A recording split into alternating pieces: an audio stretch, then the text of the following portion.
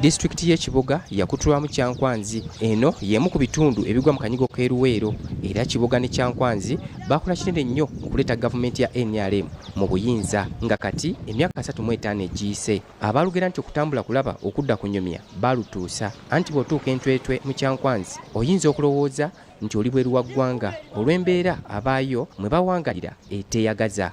Gomboloola y'Entwetwe ne Gayaza ze zimu ku ezo ez'enkizo ezikola Kyankwanzi, era abayo okusinga balima na kulunda okubeezaawo obulamu bwabwe. Yadde nga baali basaale okuleeta gavumenti eno mu buyinza, bagamba nti emyaka 35 gye bamaze mu buyinza gibasaze, anti amazzi mu bidiba banywamu na nte. Ojja tusuubiza amazzi amayonjo mu kitundu kyaffe, naye emyaka 35 giweddeko, laba amazzi ge tukyanywako, laba amazzi omwana w'omuntu ganywa.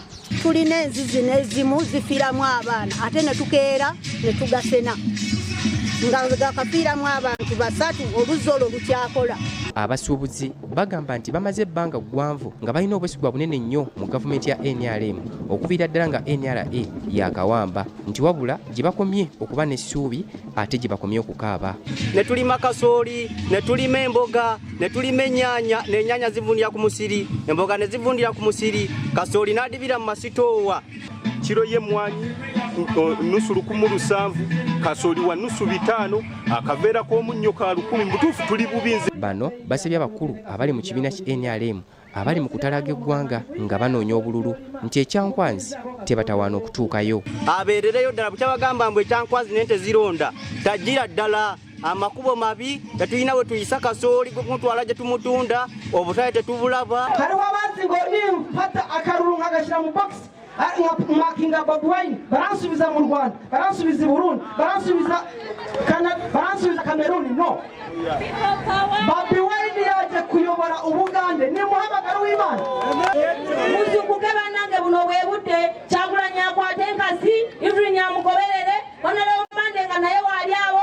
Edward Mande ono nga ye ssentebe wa NUP Kyankwanzi alaze nga bali abeeteefuteefu ekimala okwaniriza omukulembeze waabwe Robert Kyagulanyi Ssentamu. Bagamba nti bakooye okufuuka ekisekererwa nga kumpi buli tteeka litulugunya bannayuganda. Enkiiko za NRM eziteese okuyisa amateeka gano zitula Kyankwanzi wakati mu nguudo embi, mu byenjigiriza ebibi n'amalwaliro omutali ddagala. Ebyobulimi, ebyobulamu, ku ddwaliro wali eddagala bannange.